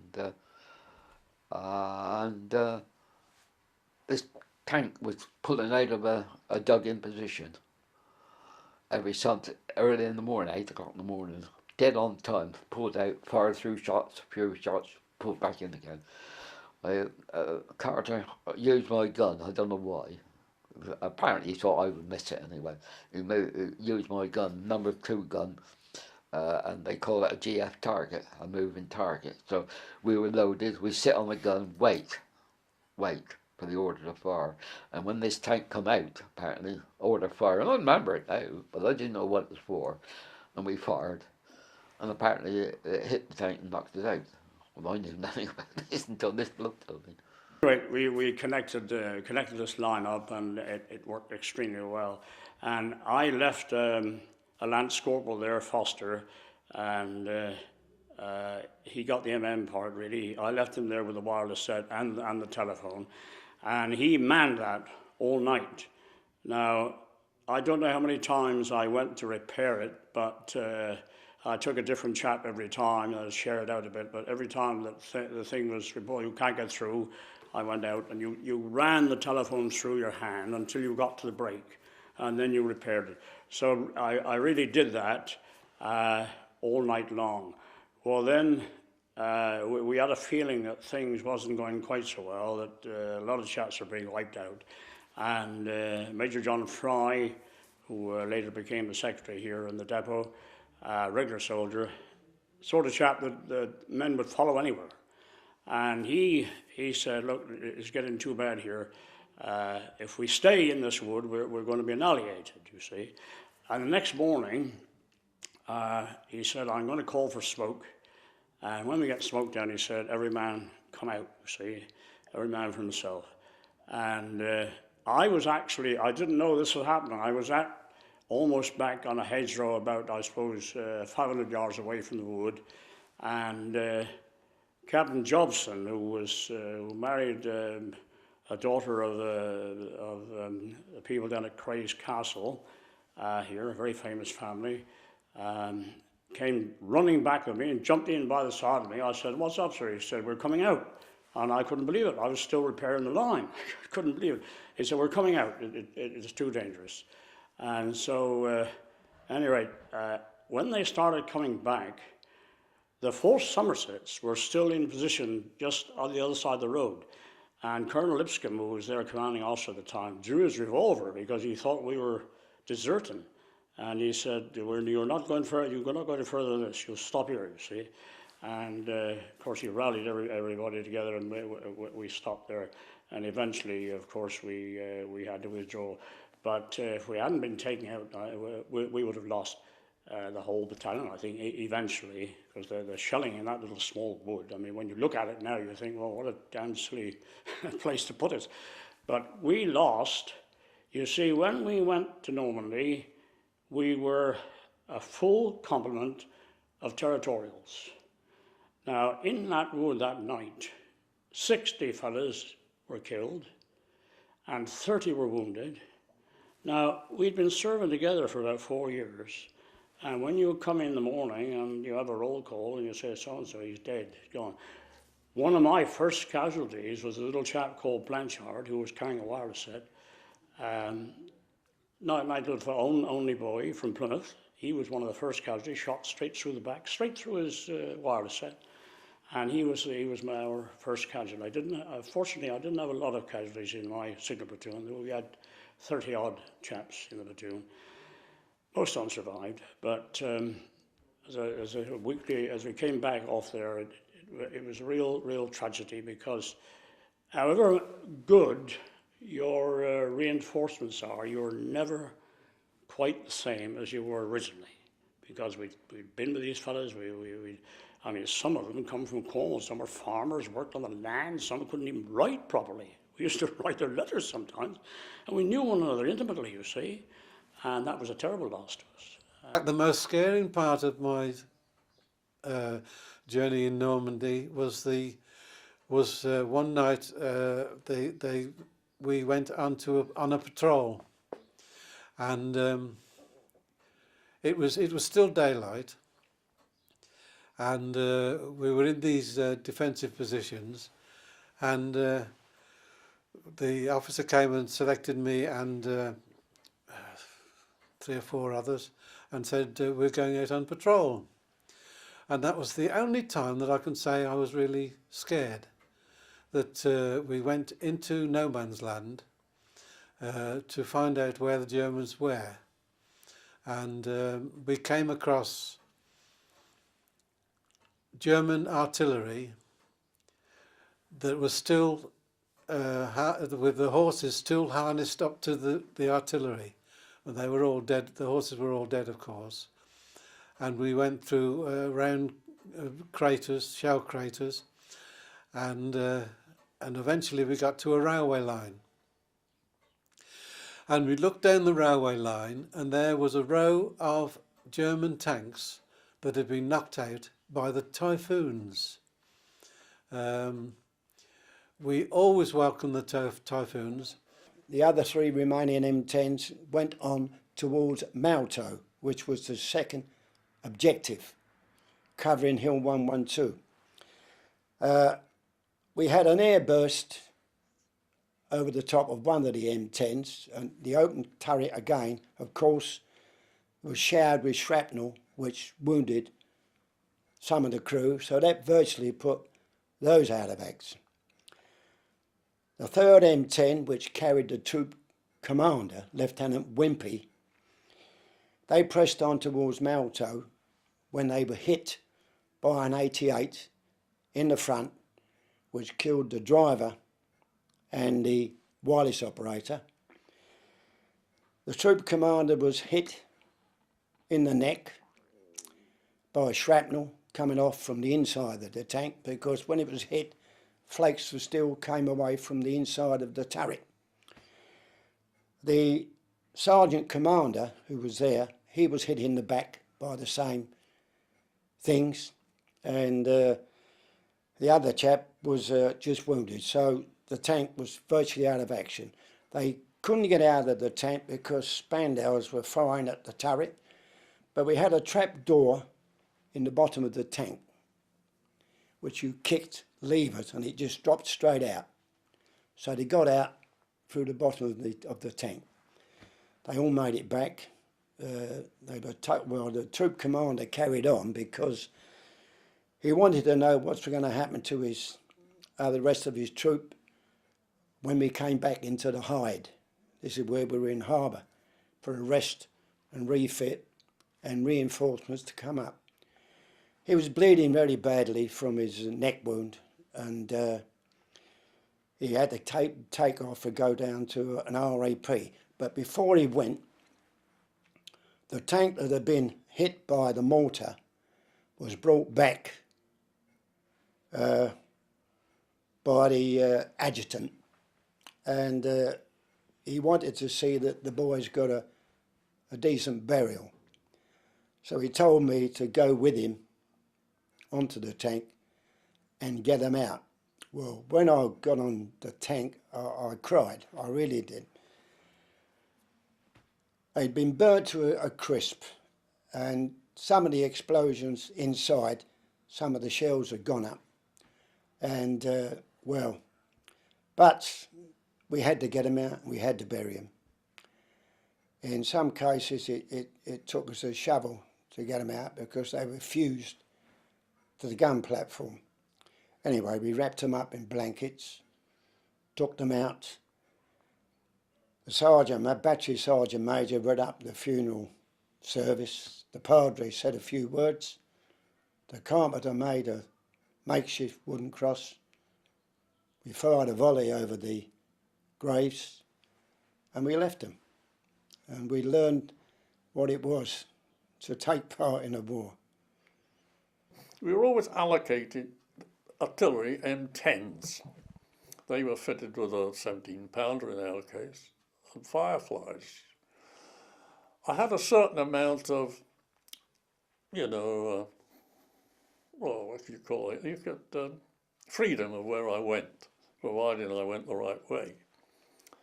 And I always used to pick to go near a M10 or a 17-pounder Firefly, because the opposition could always knock them out first. And when we were advancing on Hill 112, there was an M10, there was a Firefly, there was a gun tank, and then I was on their left.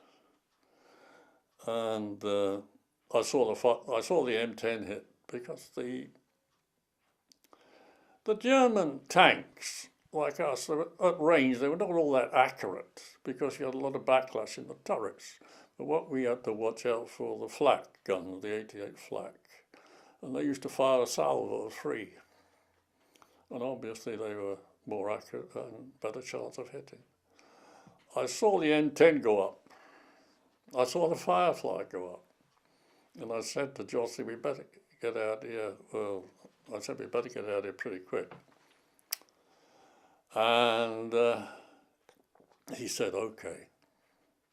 So we pulled out, but I think it was Jennifer didn't pull out so quick.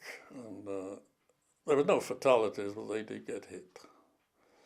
So that was experience, as to always pick where you're going to park, hold down.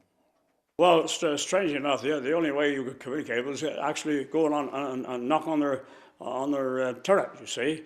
The communication to tanks was done more behind us. And the troops, of course, they had their own communication. There'd be a troop of 3 tanks, so they would communicate with one another. But you had to do it by hand signals, if you wanted something, you had to do it mostly by hand signals, or else go and tap on his turret. The infantry used to advance in front, and they used to suffer. I used to watch them falling in the corn. They were slightly behind us, slightly behind us, which should have given us a bit of comfort, but when we saw how easily they could be knocked out, we weren't so sure then. The only thing we did not like is, when we were stopped, was the, as they call it, counter barrage. It's funny, it even happens with me now that if there's these low-flying aircraft we get a lot of, they come over this hill behind about 250 feet. And your brain still works, that you cringe, I suppose you'd call it, and you're trying to fathom whether it's left or right. And you really get rather annoyed, because the noise they make, the incoming and outgoing, is very similar. The thing was, I've often said to people, when we went up to 112, or at least when we joined, when we were doing all our training all the way along, we used to think, well, there is a likelihood of being shot, there's a likelihood of dying, there's a likelihood of being injured in some way, and you accepted that. But when we did that first attack, and you've got to remember it was the first attack that we'd done, actually. The other one was in defence, as I said earlier on. That was the first attack. We were never told that it was likely that so many fellows would be killed at one time. That was the worst experience, and we didn't have that afterward, but we were not prepared for that. And especially as a territorial unit, I mean, with all this camaraderie, we all came from the different villages around this area, especially, and also Bodmin. We weren't prepared for that, and that I don't think we ever quite got over that.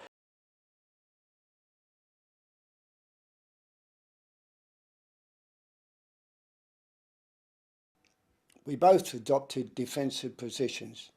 The Germans were on one side of the hill and we were on the other. We were both played out, there's no doubt about it. We both suffered horrendous casualties, and it began to get to a First World War situation.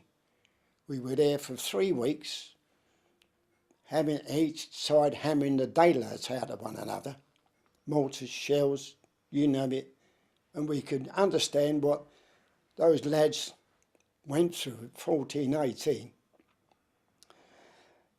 Although we denied them any use of it because we had the reverse slope and the Lysanders plane flew over every day and they had to keep their heads down, otherwise if they got shelled. They couldn't make full use of 112, but they never lost it.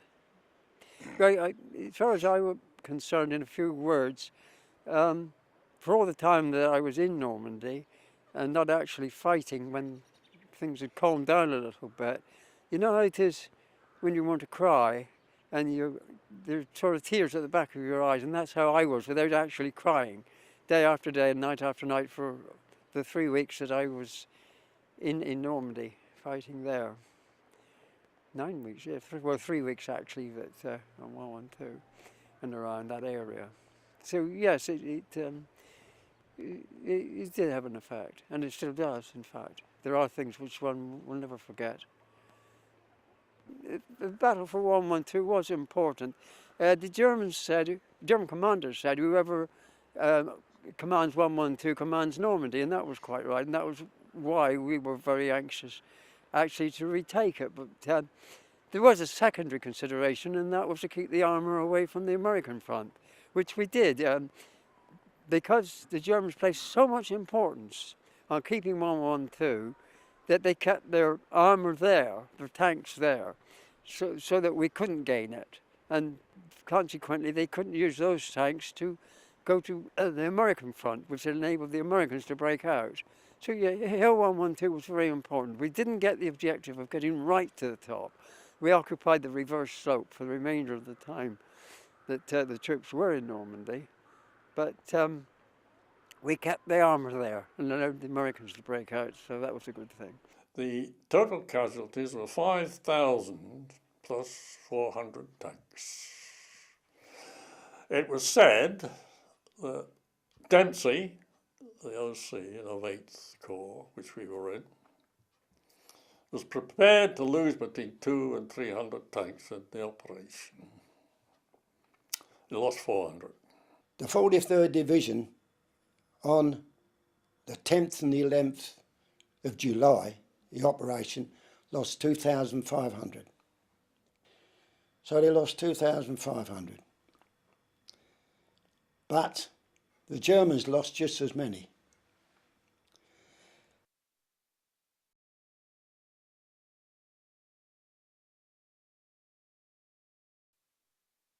And we were then moved in to carry out an operation called Green Line with 15th Scottish Division under 12 Corps.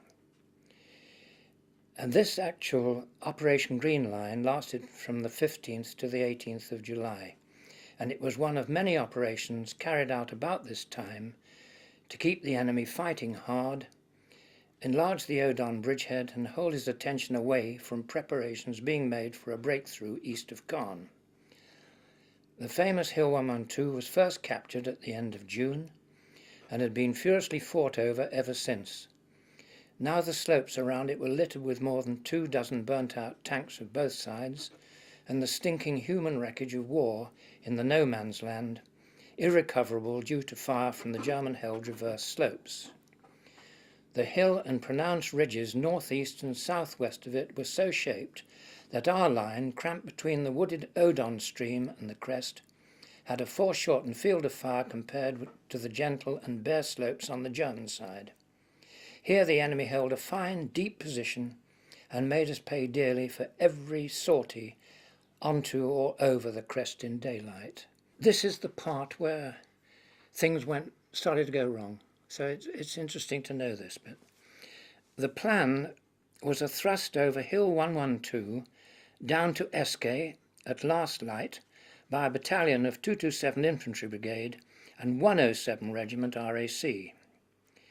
Before withdrawal after dark, infantry were to dig in north of Bon Repos to facilitate operations by another battalion of 227 Infantry Brigade, supported by 147 Regiment RAC, at first light towards Avrisi village.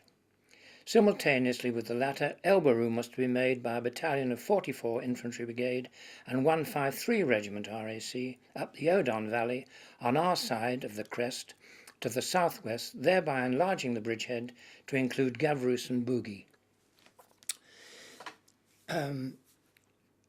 Now that was the plan, was to go. I was following if I may tell you what happened then, we moved up from Cully during the night to a forming up point, an FUP as you probably know it's called, a forming up point near a place called Barron, ready for my regiment to go over the crest in the morning, down that forward slope to Avrisi. This was the idea. 153 Regiment on the right were going through the woods, and they were going to attack on our right. And we moved up during the night, and we were told that, you have to remember that there's 54 tanks in a line, Churchills all moving forward. You can imagine the dust. There's a recce officer leading this lot at the front somewhere, and possibly the odd honey tank. This is to give you a picture of what it's all about. It's dark, you're in a foreign country, you've never seen the ground before, you're going across country, and you suddenly, all you're told is that every 100 yards you would see a blue light. Now you can imagine a little blue light stuck in a field, and you've got to pick that up out with all the dust that's coming up. You've got to find that, otherwise you'll go anywhere. Anyway, we got a long, long way, and suddenly the column halted, and I was the leading tank of my squadron, behind the recce officer and his couple of tanks possibly. I can't remember now, it's so long ago. And it halted, the column did. And there was fire coming down, mortar fire, and somebody ran back to me and said that the recce officer had been wounded. I was now head of the column. I didn't know where we were. All I knew was that there was a blue light somewhere that I had to find, and I'd run out of blue lights. There weren't any more. And I stood wondering what on earth to do, and one of the squadron commanders came up to me and he said, "What's happened, Brian?" And I said, "Well, the recce officer's wounded, and I don't know exactly where we are." And then there was a thick mist at this time in the morning. It was probably about 4 o'clock in the morning, and there was a thick Normandy mist everywhere. You couldn't see anything, like a thick London fog. And suddenly I saw the rear end of a Churchill over on the left. And I pointed this out to the squadron commander, Ronnie Grantham of C Squadron, and this mist cleared, and we saw then the 153 tanks formed up. So we'd actually got to the forming up point somehow. I don't know how, but we did. I was then to follow a flail tank through the minefield, which was near, how can I explain this? Gavroos is behind Hill 112, just behind it. Remember, this was in the thick fog and dark, so I can't point out exactly where it was, other than the fact that the flail tank, there was a minefield somewhere here near Barron, and the flail tank was flailing it, and I was to follow the flail tank. So I followed the flail tank, and then it blew up, and it blocked the minefield. So the infantry started, we were now caught on a forward slope in full view of the Germans, and they started belting the infantry. And I saw the infantry coming back on stretchers and goodness knows what, and I was told to pull back to Barron. So I pulled back behind the hill here to Barron. Later on, now this is the part where Hill 1-2 comes into it as far as I'm concerned. Later on in the morning, the colonel, I was a regimental gunnery officer, and we'd been equipped with new 75mm guns, including sight chronometers and goodness knows what. And I knew all about them, and I trained the regiment in the use of these things, but because I was a regimental gunnery officer, the colonel deemed that I should be the one to go and fire the first shots at the German. So I was told by my squadron commander, "Brian, the colonel wants you to go up and let the Germans know we're here. Go up to Hill 112 and let the Germans know we're here." Now, I didn't know what I was going to meet, so I set off with my sergeant and my corporal behind me, and we went up this hill and to this devastated landscape which I showed you, and I could see 2 or 3 Shermans in front of me, knocked out, one with its turret over here and God knows what. And then the most frightful stench I've ever smelt in my life. I've never smelt anything like it. And I thought, I'll pull in behind the nearest Sherman and maybe the Germans won't notice me there, because they've got used to these 2 or 3 tanks on the top there for the last couple of days. So I pulled in behind this Sherman, and then I saw what this dreadful stink was. And in the slit trenches, just on the left of me, were some British infantry. Their backsides this size, you know. They'd been there a couple of days, and they really, oh, dreadful. And they'd fallen forward on the slit trenches, and they had on their arms I had all the divisional signs. I gave them to Peter. I had a chart of them all, but they were a coal mine. They were infantry, and they had you know, these pit shafts with a wheel on them. Well, that's what their divisional sign was, or their divisional sign was. Would it be the 49th Infantry Div? I can't remember, but I'm sure it was a North Country division. And these poor devils were in this slit trench, and they'd fallen forward like this, and nobody was doing a thing about burying them, because they couldn't, because I mean this was no man's land, very much no man's land, so they couldn't get the men out and bury them. They just left them there, you see. So anyway, this is where I remained for the rest of the day. But to start with, I was told to let the Germans know we were here. We'd arrived, in other words, so... but I was to fire on Esquet, but not Le Bon Repos, for some reason, not to fire on because he thought that some of our troops might be in Le Bon Repos.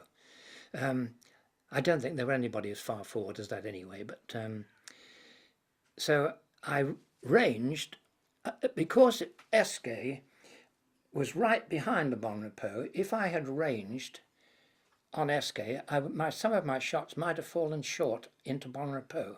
So I didn't choose either of those targets. I chose Avrici itself.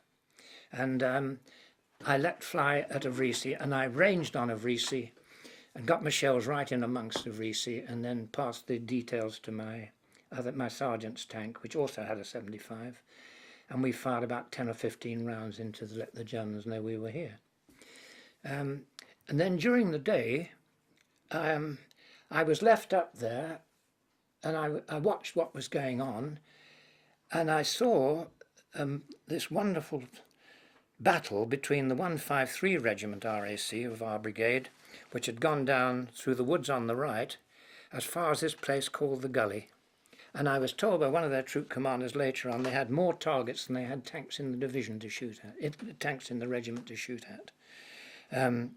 Whilst I was on the hill, I watched, this is the same day, I watched the 153 Regiment firing at German Panthers, and the tank commanders were standing on the back of the tanks, on the bins, like we used to do very often on the ranges.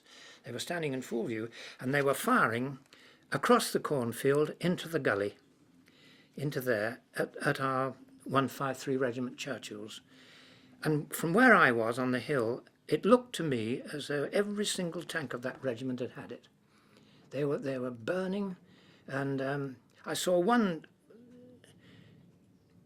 tank. It seemed to charge, as though in desperation he had charged to try and get near these Panthers. And then I fired at the Panthers myself with HE to try and knock these commanders off the back of their tanks, you know, because I knew my armour piercing wouldn't penetrate a Panther anyway. So, but I fired the HE, and that's what I watched.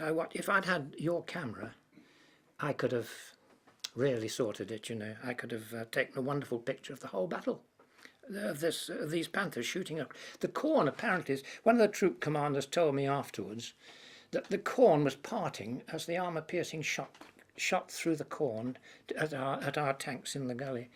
Having taken Malta, we like to think that we did take Malta. In fact, we got a picture of one of our tanks, Jill, parked in the middle of the ruins, and it appears in both the publications. So we were there waiting for a counter-attack. We had been for 2 days. This was the 22nd. So on the 24th, I and Darky Leaper, Corporal Leaper, and I got out to remove some German signal wire from around the front left-hand sprocket. I was parked against a hedge, and this German signal wire was very tenacious, you know, and it used to damage the oil seal if you got wound up in that. So we got out with the wire cutters, and we were unwinding and cutting off this. And I heard it, you know, I think I mentioned earlier on, and I hit the deck. Part of the corporal, he didn't moves it quick, because he'd only been with me about 3 weeks, I think, a replacement. And wallop, we were about salvo. I was hit in the left arm, chest, and had a bit in the side of my, just above my eye. I was mobile. I was hemorrhaging a bit. But poor old total leaper, he was plastered pretty badly. Not hell, you know, liable to be fatal, but he was pretty bad. And on board, came up in a scout car. He owed me a good turn, and he put us in the scout car and took us back.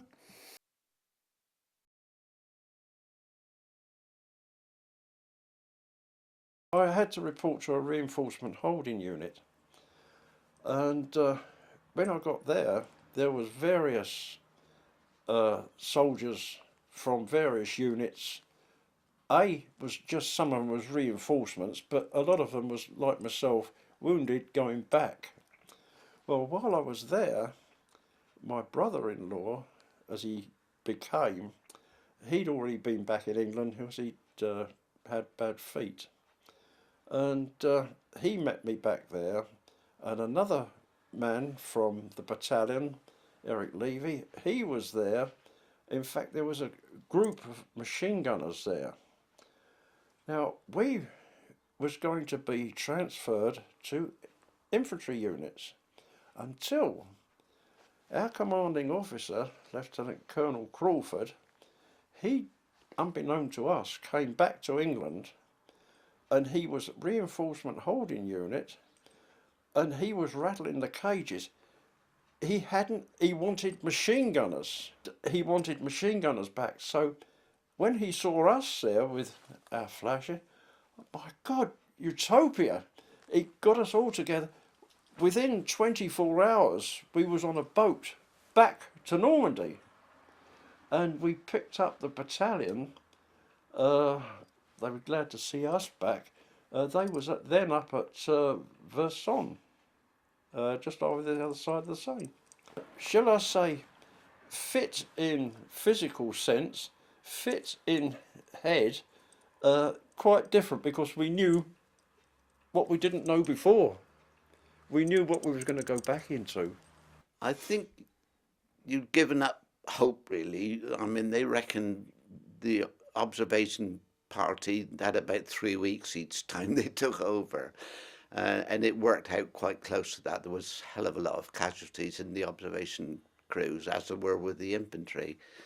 But it was just pot luck, and you had to accept it as that. You couldn't do anything about it, so you just had to get on with the job. And I was never really terrified of it.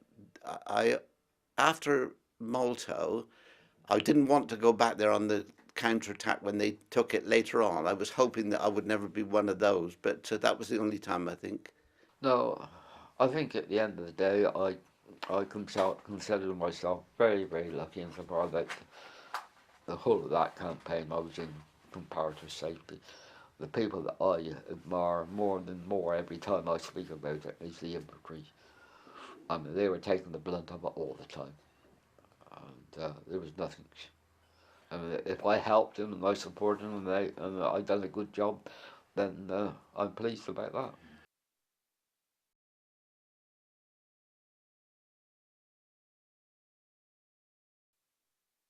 The funny part about it was we never took Hill 112, although we did get onto the hill. The Duke of Cornwalls light infantry got onto the hill, heavily outnumbered, and I should think that they were totally decimated up there. And then we went on with this 3 weeks of war of attrition, really. And we never took it, but the Germans coming round, the Americans, I mean, coming round from the south, would have cut the Germans off. So they withdrew from Hill 112 and took up a position on the east bank of the River Orne. But they never took it. Well, I think it achieved the fact that we forced the Germans onto the defensive, because I'm convinced that they were trying. We were only about 10 odd miles in from the beaches anyway, and they were making because the Germans' attitude was blitzkrieg attitude, was to hit hard, hit fast, and get behind the lines of the other troops. Because if the forward troops get no supplies, ammunition, food, or what have you, then they're finished. And this, I think, was the Germans' idea. It was their last chance, I think, to drive us back to the beaches. They had 7 panzer divisions there. They called 2 of them back from the Russian front, the 9th and 10th Panzers, really hardened veterans. And on top of that, you've got the Hitlerjugend, which were fanatical people, brave. There's no doubt about it. They were brave and they were experienced. Make no mistake about it, the Germans were hard. They'd gone through Europe and there's no way to stop them at all. And I think the fact that we put in the Operation Jupiter, which doesn't get a lot of say in the press at all, but if it hadn't been for Operation Jupiter, which took them completely by surprise, Hill 112 was a commanding place. It wasn't exactly a hill, it was a gradual incline. But if you stand on the top there, you can see for miles around, because it lay in a valley of the rivers Odon and Orne, and it was all farming country. There were no woods, there were no orchards, so infantry virtually had to advance in the open across these fields. And to get to that hill, they had to cover something like a mile or half a mile as it went. And they were slaughtered. And these were all Territorial Army people, you know, and they weren't regulars. They hadn't seen any action at all. They were virtually green troops up against hardened professional soldiers.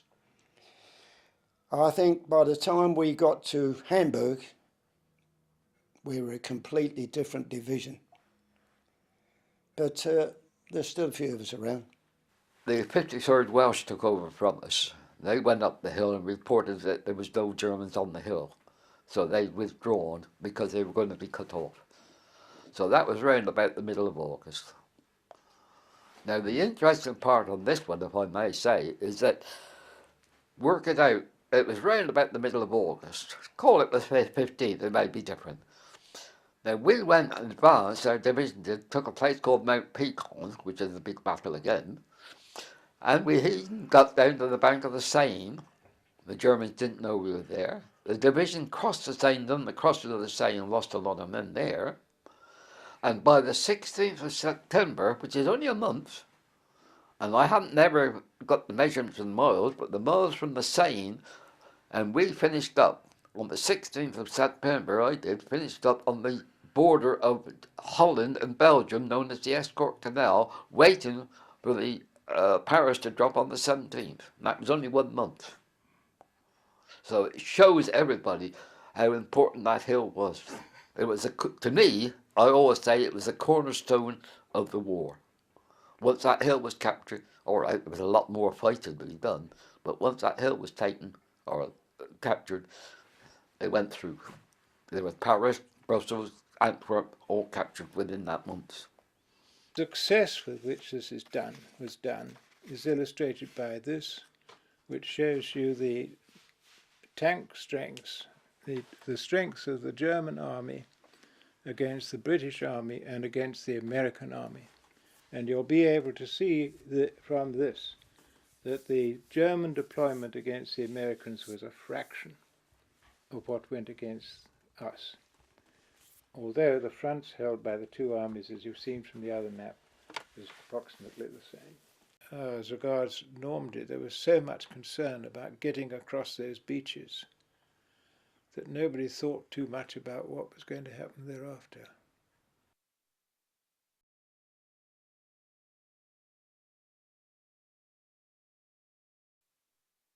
From the point of view of the younger members of the of the population, the youngsters really, to know what it was that we had to go through in order to free Europe of the Nazi regime, and what a dreadful thing that was. It was either them or you. You didn't want to do it. If I took a prisoner, I'd give that prisoner a packet of cigarettes and a bar of chocolate, and hold no malice at all against him.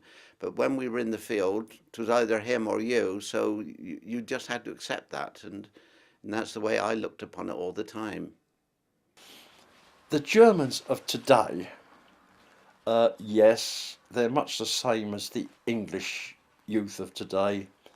I don't think they think very much about their past. They want to forget it. But I have been back to Germany 2 or 3 times.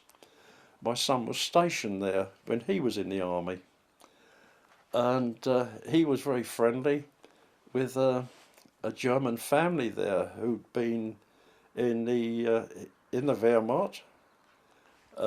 He'd been an engineer, a bridge engineer. But that age group, they're arrogant, still arrogant.